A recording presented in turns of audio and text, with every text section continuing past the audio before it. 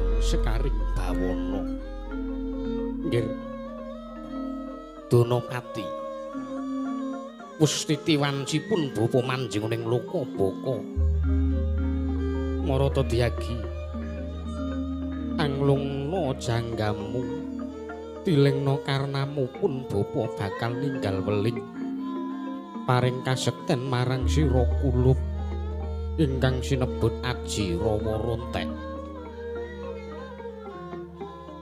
Aji Rawa Rontek iki mau padha kasektene kelawan Aji Pancasunya ndak paringake kelawan jeneng sira kulup nggonen memayu hayuning jiwa, memayu hayuning kulawarga, memayu hayuning sasama miwah, memayu hayuning bawana.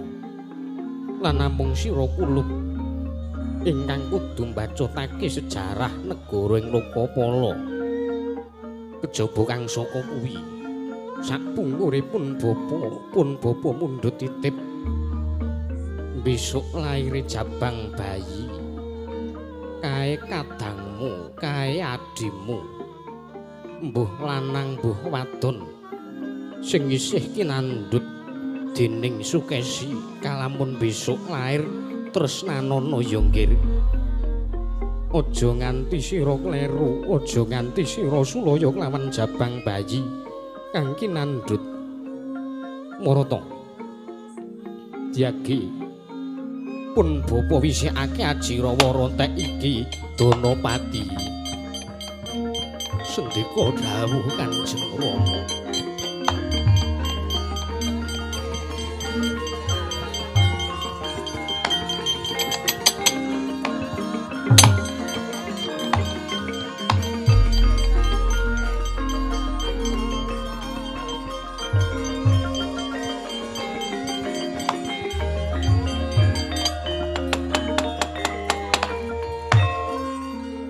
Carita eling-eling Begawan Wisrawa sugih kasekten maneka warni ing mangke maringaken kasekten Aji Rawa Rontek ingkang kasiyate sami kaliyan Aji Pancasunya. Lire Aji Rawa Rontek ugi darbe dayaning 5 perkara bumi, geni, banyu, angin kang kawengku dening swasana kang minangka dadi kekuwataning urip ananging dudu urip. Wis kaparingake dening ingkang putra anenggih Sang Prabu Donopati. Gamblang wijang wejangane riwusnya paripurna ngenya paring wejangan. Kocapo Sang Begawan Wisrawa los saking ngarsanira ingkang putra Prabu Donopati. Nyaketi papan dununge patulon tegese geni patulon manjing jering panca suci.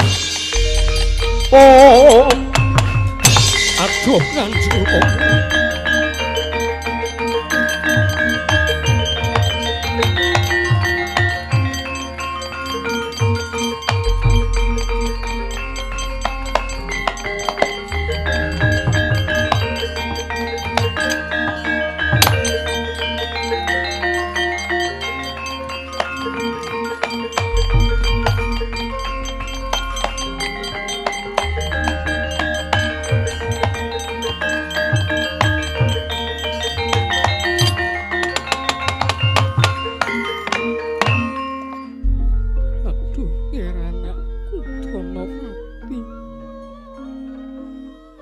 Besok anak-anakku kang bakal males ngudi tuwuh lara wirang matine bapakmu Wisrawa. Donopati eling-elingen kuwi Donopati. Oh aduh Kanjeng Rama.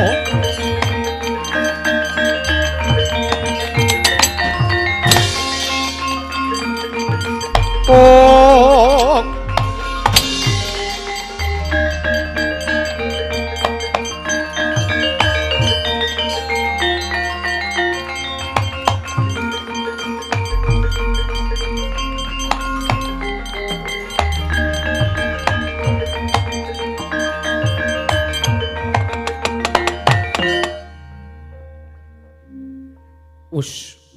semene wae Danapati.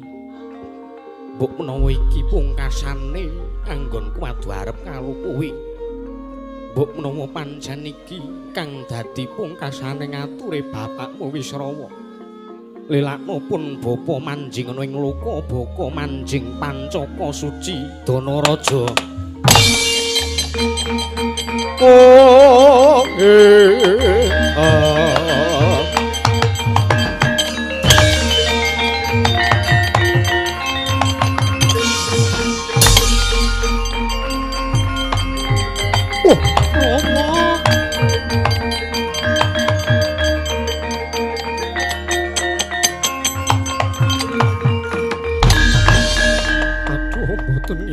babar pisan menawi kedah kados mekaten lamban kula Rama Penemban Wisrawa kula nyuwun pangapunten dereng saged mikul dhuwur mendem jero kaliyan tiyang sepuh Rama.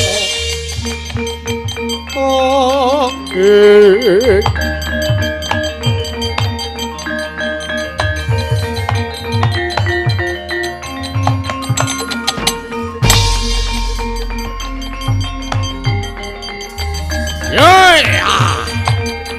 oh oh ya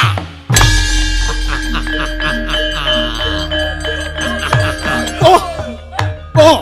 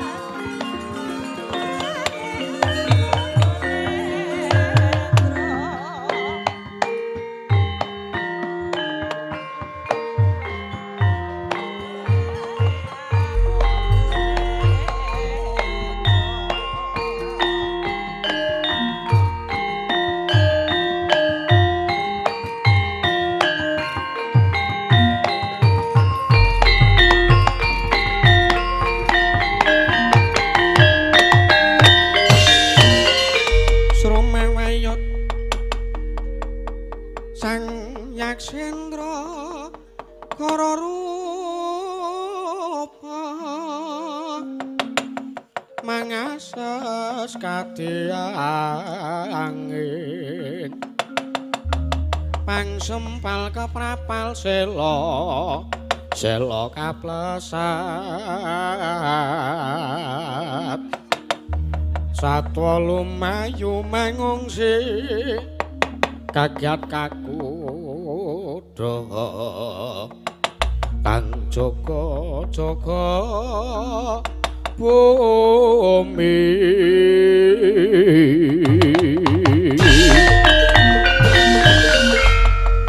Oh ladalah reca manik sejatining alam ingsun tinuding ing jagat. Oh bondo ya bandaku ya amal-amalku dhewe. Man patih Prahasraman. Ngono ninggih wonten timbalane ngadhawangir anak Prabu Dasamuka. Ya wis sawetara anggon sampean lenggah ana ing kraton Ngalengka Diraja iki. Iki sowane adikku Kumbakarna Di Raharja sak sowanmu. Ora dalah bojleng-bojleng iblis lanat padha jek-jekan ya Kakang Prabu Dasamuka. Sawetara aku sowan ana ing Ngalengka Diraja iki. Adimu ing panglebur gongso slamet tekaku Kakang, aku ngaturake sembahku tampanana. Wah, ala dalah ya Di. Tak tampa gawe gedhening atiku. Ora liwat pangestunipun Kakang wae tampanana Di. Adiku ing panglebur gongso. Lho iya Kakang. Oh, tak tampa gawe lega-leganing atiku. Kadingaren ngawe kadang-kadang ora kaya adat sing wis-wis. Bakal ana rembug apa Kakang Dasamuka? Ngerti ya Di, adikku cah bagus. Lan paman patih Prahasna. Dina iki aku nganake pasewakan agung ning Ngalengka Diraja sing ora liya kejupuamu. Aku mung kepengin gelar jajahan. Aku kepengin gelar jajahan negara Ngalengka Diraja iki supaya luwih amba, supaya luwih jembar. Lan kawulane tambah sansaya urip makmur. Ngono Kang. Ya. Nanging jroning aku duweni gegayuhan. Duweni aku duwe sedya iki kabeh iki mau dipambengi jroning suwijining perkara ya iki legetaning atiku unek-unekku sing urung iso tak utarake lan sing durung bisa ndak rampungake sebabe iki pancen perkara sing besok tembe mburine bakal ngantukke kasuwargane Dasamuka. Waduh lah perkara apa kuwi Kakang Prabu? Dasamuka urung iso urip jenjem, urung iso urip ayem yen to durung sungkem marang Sudarmaku. Yen to aku durung nyembah ngaturake bekti kelawan wong tuaku ya bapakku ya ibuku. Wala dalah. Nanging kena ngapa Kakang Dasamuka duweni gegayuhan kang kaya mangkono jalaran Kanjeng Rama Begawan Wisrawa wis ora ana lan mesti lar donya. Yo pancen iya bener kaya mangkono. Pekabaran sing tak tampa Kanjeng Rama Begawan Wisrawa sing mateni sing nilari ya mung kulit daginge Dasamuka dhewe. Ya mung kadangku dhewe sing sak getih tunggal getih karo Dasamuka. Mula kang saka kuwi negarane menungsa iki mau bakal telukake tak gelar jajahan negara Ngalengka Diraja. Tak tigas pacing gulune wong iki mau. Agyatri sang kapirangku rinangkul kinempet kempet dosang retaning bawana.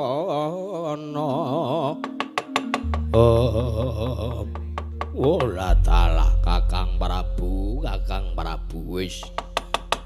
Ya pancen bener sing dadi jalaran sedane Kanjeng Rama Penemban Wisrawa kuwi pancen ya mung Kakang Danaraja ya Danapati. Nanging ngerti ya Kakang Prabu kabeh iki mau pancen saka kekarepane Kanjeng Rama Begawan Wisrawa Dewi. Lan dudu Kakang Prabu Danaraja ingkang gawe sedane Kanjeng Rama Begawan Wisrawa. Mula kang saka kuwi wis to Kakang, wis aja dipacutake lelakon iki nggonmu kepengin nelokake negarane Kakang Danapati ya negara ing Lokapala. Ben kareben sebab welingi Kanjeng Ibu Sukesi jaman dhisik rikala semana Danaraja kang diutus lan diweling supaya nresnani kelawan adi-adine ya Kakang Dasamuka ya Kumbakarna Kakang. Ora iso nek kon aku tentrem, ora iso nek kon aku manunggal nyawiji karo sing jenenge Danaraja. Danaraja wong wis mateni wong tuane Dasamuka. Danaraja bocah sing ora iso mikul dhuwur mendem jero karo wong tuwa. Sing bisane mung gawe lara atine wong tuwa, sing pungkasane gawe tatu atine Dasamuka.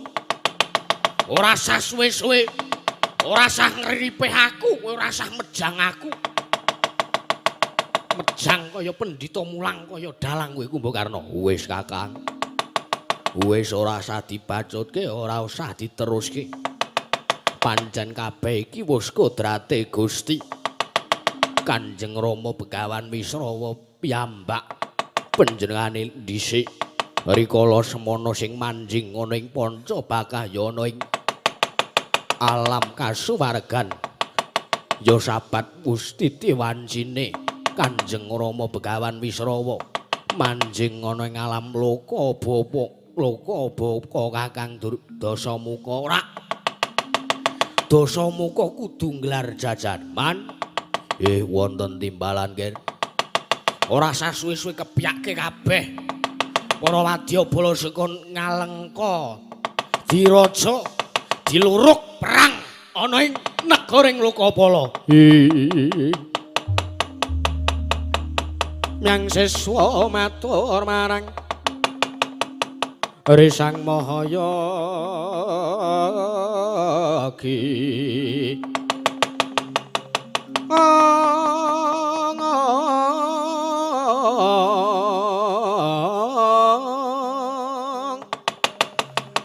Sarwipra kadiparan karasaning Hyang Dipati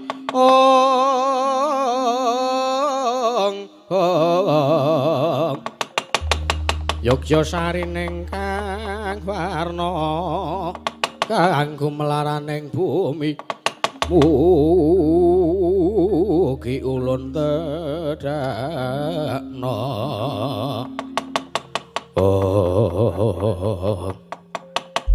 Segebyar katari goleng kunata wau tidemaning madyaning pasewakan negara ing Alengka diraja kedadak sawanipun utusan saking negari Lokapala nenggih wadyabala senopati saking negaring Lokapala menika kacarita wernanipun Sangga Muka Myak sangyaning para sipa.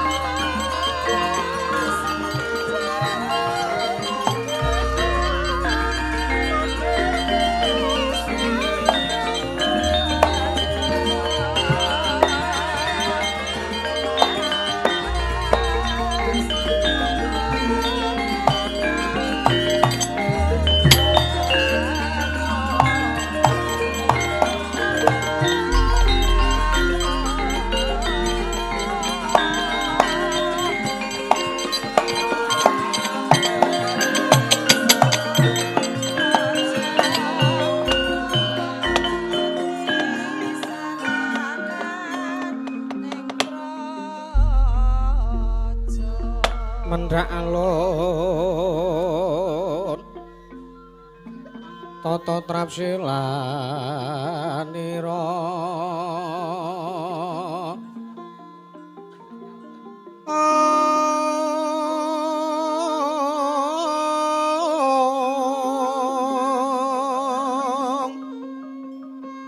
ngecamaken astanira kalih astanira kalih pisan yen ngandika magawe pronto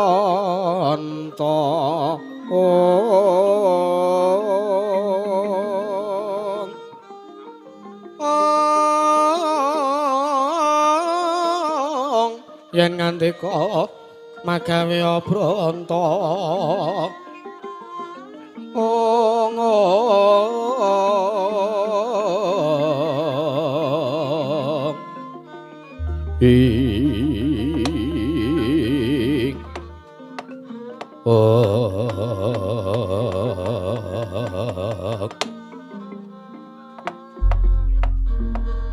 ladalah dunyaku yo bandaku yo amal-amalku dewi manpate prasta wonten dawuh nggih durung rampung nggonku rasanan bab nggonku bakal nggelar jajahan ana ing negara Lokapala. Nggonku bakal nelukake negara Lokapala. Lah kok iki senopatine gegedhuking negara Lokapala iki teka mrene. Oh lah dalah. Lah apa ora sing jeneng aku bakal entuk kanugrahan man. Inggih, Ger. Dipun dangu kemawon kados pundi sartanipun menapa wigatosipun. Goh muka sowan wonten ing Alengka Diraja. Ya. Goh muka. Padha rarja sak praptamu lho. Nonamit pasang klimantabe tinebihna ngeloduni demawah ing tawang-tawang sinuwun. Linepatno ing tolak manu kepareng paduka miji dumateng pisowan kula wilujeng pisowanipun ingkang abdi pun goh muka samangke kepareng kula ngaturaken sembah bekti kula kunjuk sinuwun. Ya ak tampa gawe gedhing atiku wigatimu sowan mrene apa goh muka cekak aos blaka suta blakotang terus terang kemawon sinuwun. Kula badhe atur Nawala menika layang balsala pun sinuwun Prabu Danapati. Nawala balesan nggonku atur Nawala penantang perang. Kasinggihan mekaten. Walah dalah. Wis diageweneno aku gomuka. Kula aturi nampi sinuwun. Tan samar pamoring sukma sinukmaya. Sinukmaya winaya ing asepe sinimpen telenging kalbu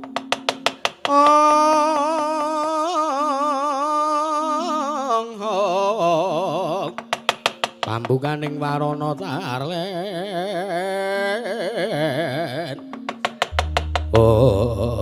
dada berkata pasrene sadosa muga wei Lakalah. Hei! Hei!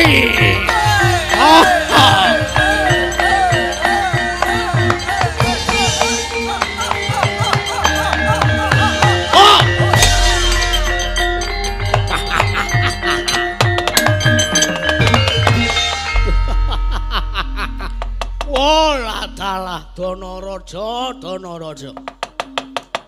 Teka kowe jireh getih wedi mati ora wani campuh karo adimu. Nganti kowe atur Nawala utusan karo Goh Muka bales Nawala penantang perangku wingi kowe ngandhake yen to kowe wegah nganakake peperangan. Wah, lah dalah jireh getih wedi mati kowe. kaya ngono jirehmu. Aku ora nrimakake patine bapakku Begawan Wisrawa.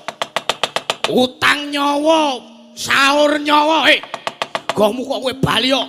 Kowe bali ora gelem bali sabene pedhang mentawa mati dening aku kowe.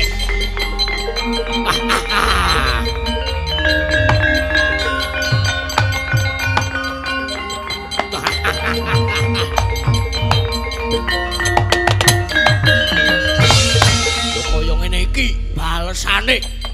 Iki agi senopatimu. Ndi senopati sing jare gul-guling perang ndi? Iki wis modar iki wis tekaning pati.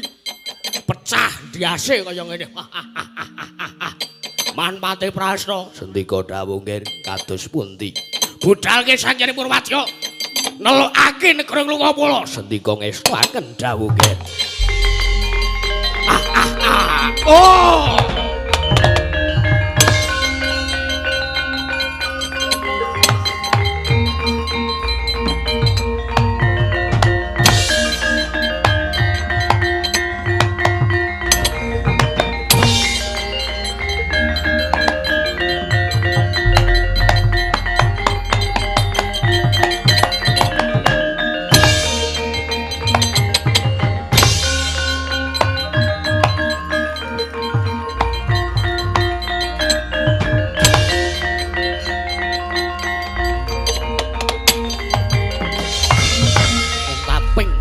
Bala negari Ngalengka diraja tumuju wonten ing negari Lokapala kacapo candre kadya sigra bical mapanut wirama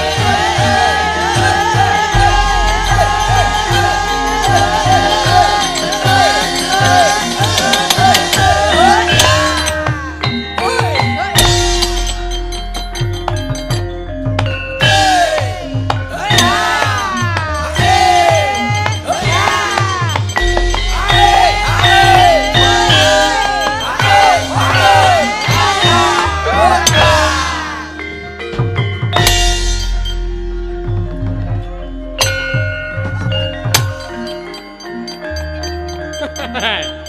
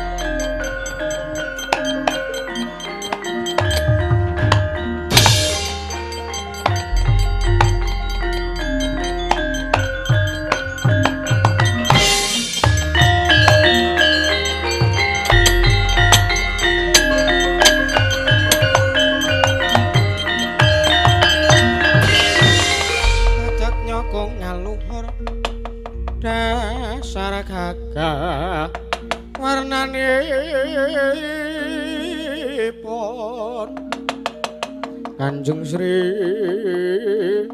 Narapati Raja kang abala ratu kota-kota maning kakung ladalah jagat dewa Bathara iki lelakon apa iki Gorambo lah kok iso nganti goh muka tekaning pati aduh Gusti Pati kula piyambak ugi mboten mangertosi sekawit kula wawendheraken goh muka atur nawala layang balesan saking ratu Gusti kula inggih sinuwun Prabu Danaraja nanging sekawit goh muka sampun mboten wonten kae ampyak awur-awur saka negara Ngalengka Golambo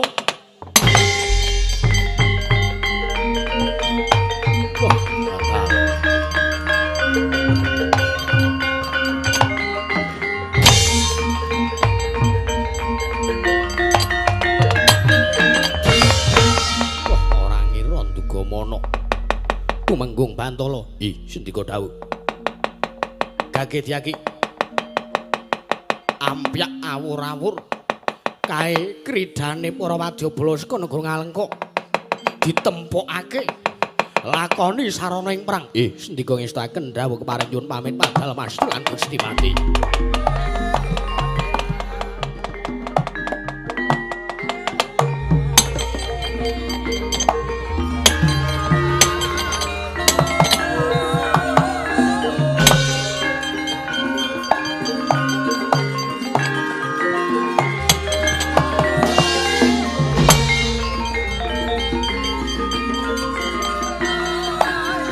Boy.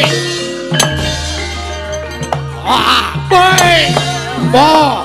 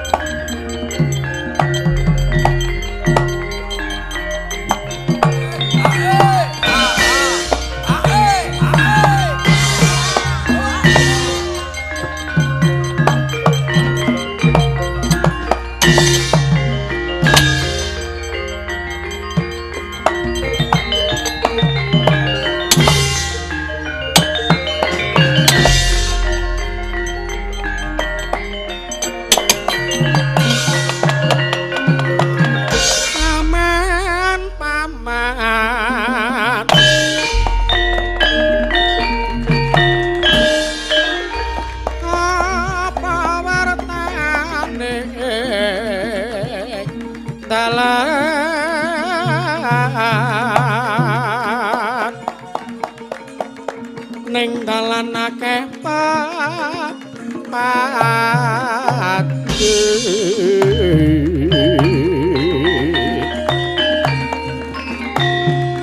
pati kena apa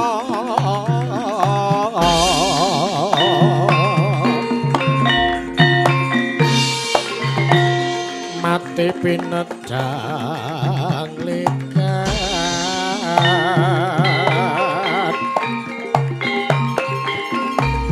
ing caca terusing kikir akari raga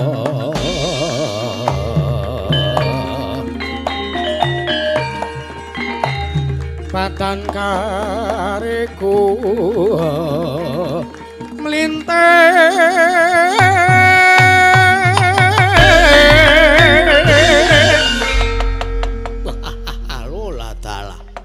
urung tau-tau ning nglakokke lakon dosamu kok kon nglakokke dosamu kok ya bagus kowe bagus om bagus ngakon anak didike yo ngene iki wah lah taala ora apa-apa sak nyandake penting sak lakon wong iki ora sewengi ben Tumenggung Bantaka Panikas Jonggo ya wah lah taala tekan kene kowe aku Nayaka negara ing Lukapala ayo kowe arep bedah negara Lukapala diage langka ana bathange Tumenggung Bantaka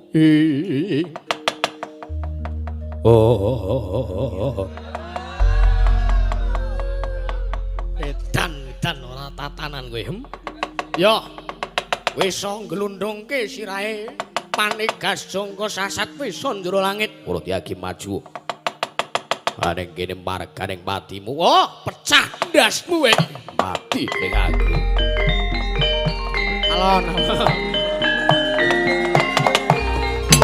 ora sak kesusu arep sesek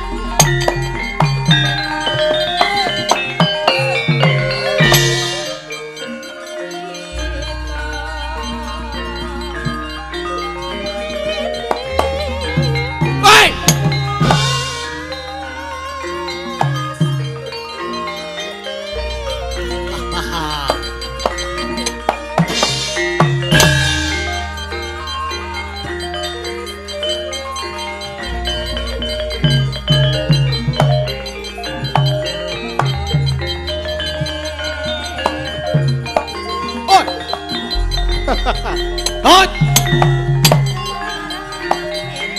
Totos. Os. Wah.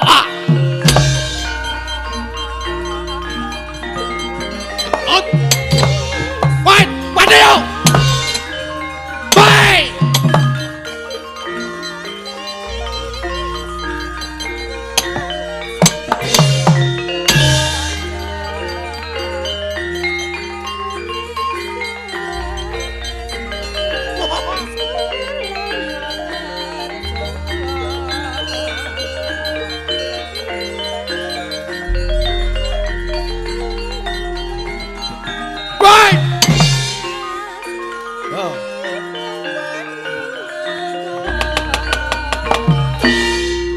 Sangar to aku. Iso ganti kelambi. Nek ora aku ora iso ngene. Ayo. Ayo telokke kowe tumenggung Bantaka.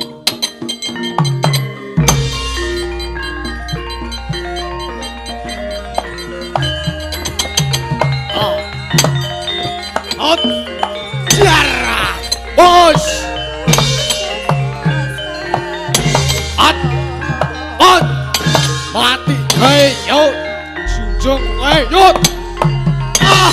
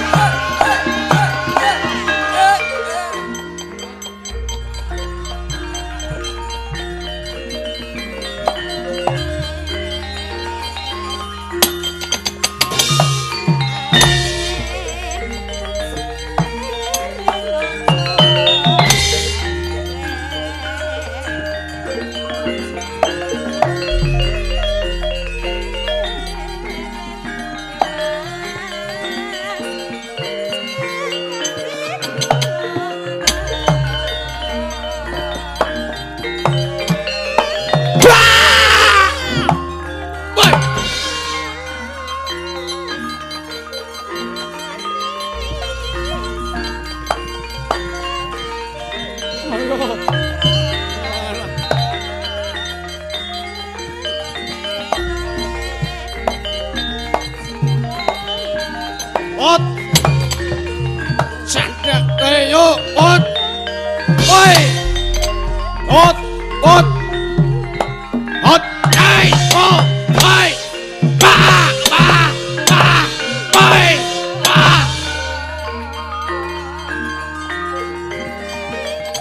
Ot.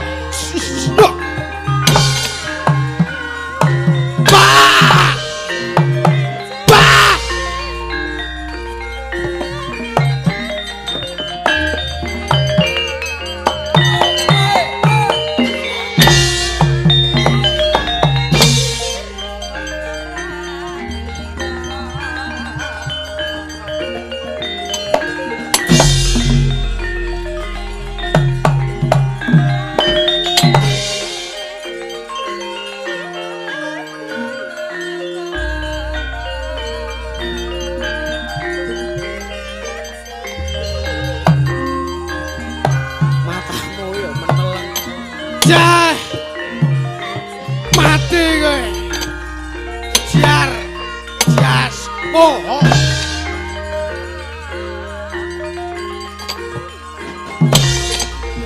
Jar, ot, moho.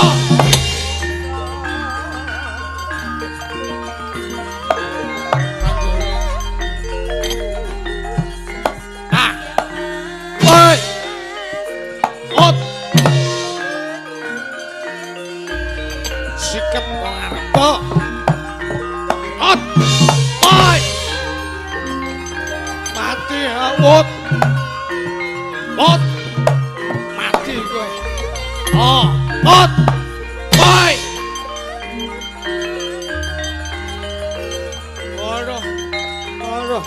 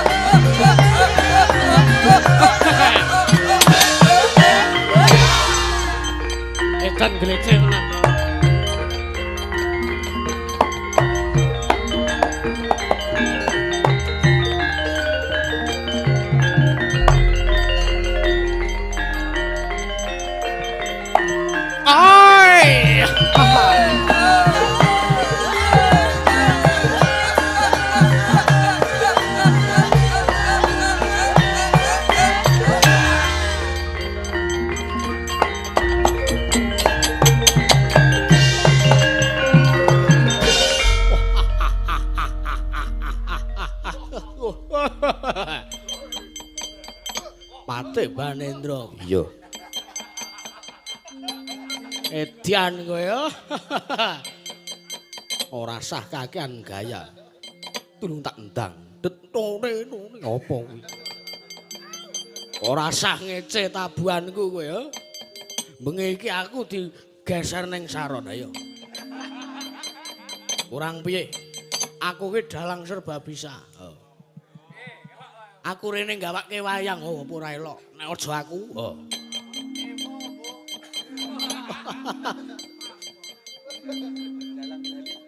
Edan kowe ayo.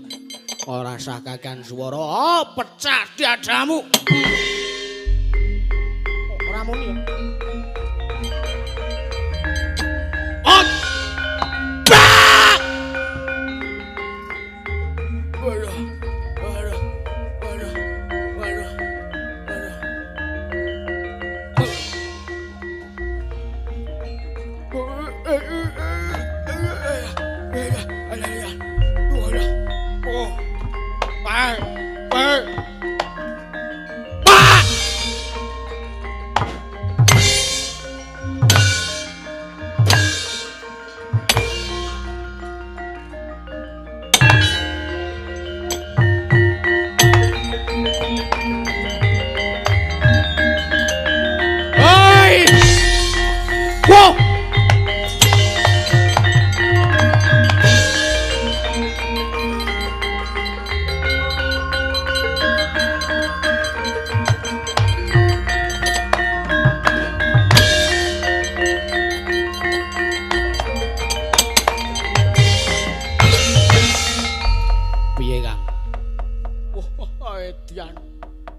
Ndusur kok metu keluke.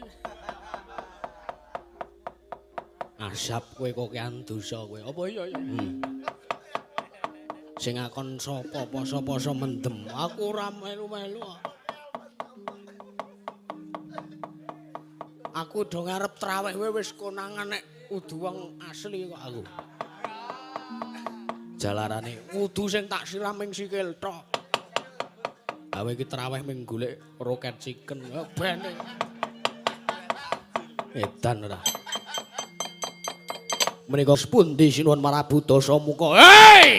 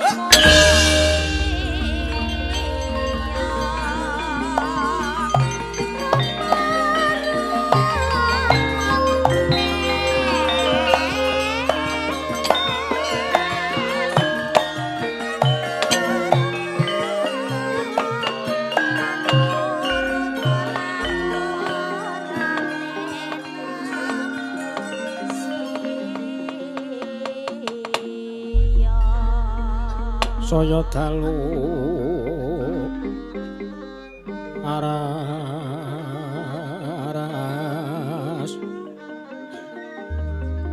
Abyor sorot lintang kangku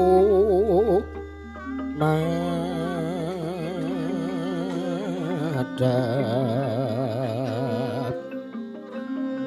titi sunya madya ratri lumrang kantaning pos pita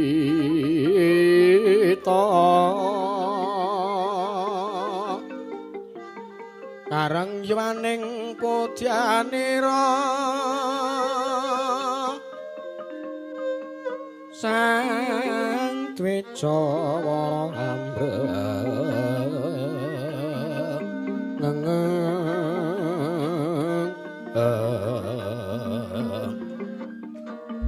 ler swaraning matu branta manungsung sarine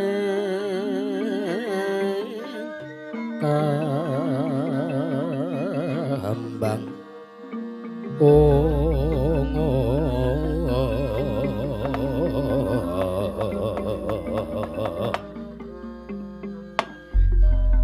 ler iler dure mosumi ler kaijo raya-raya kasegoten atenanya oe oe oa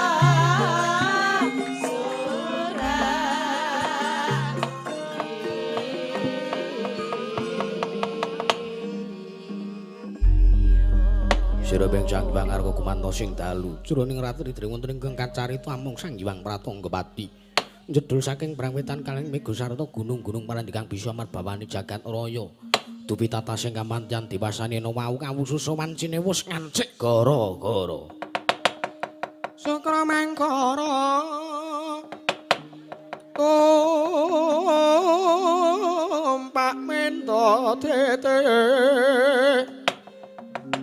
tete kanapa sumawar cita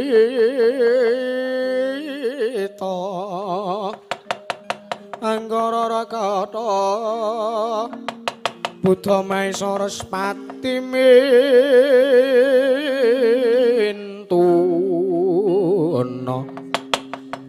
eka twitri catur panca sat sapta asta nawadasa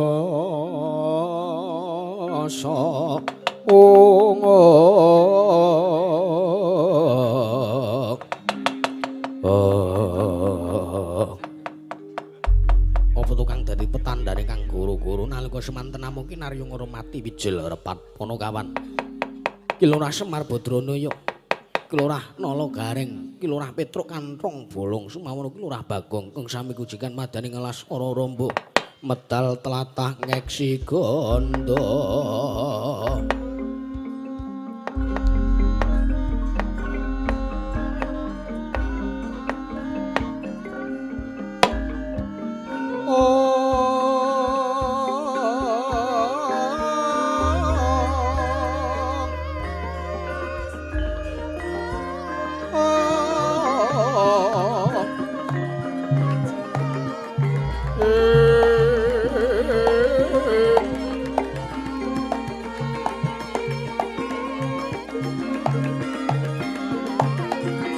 janing-janing paloka kadhimange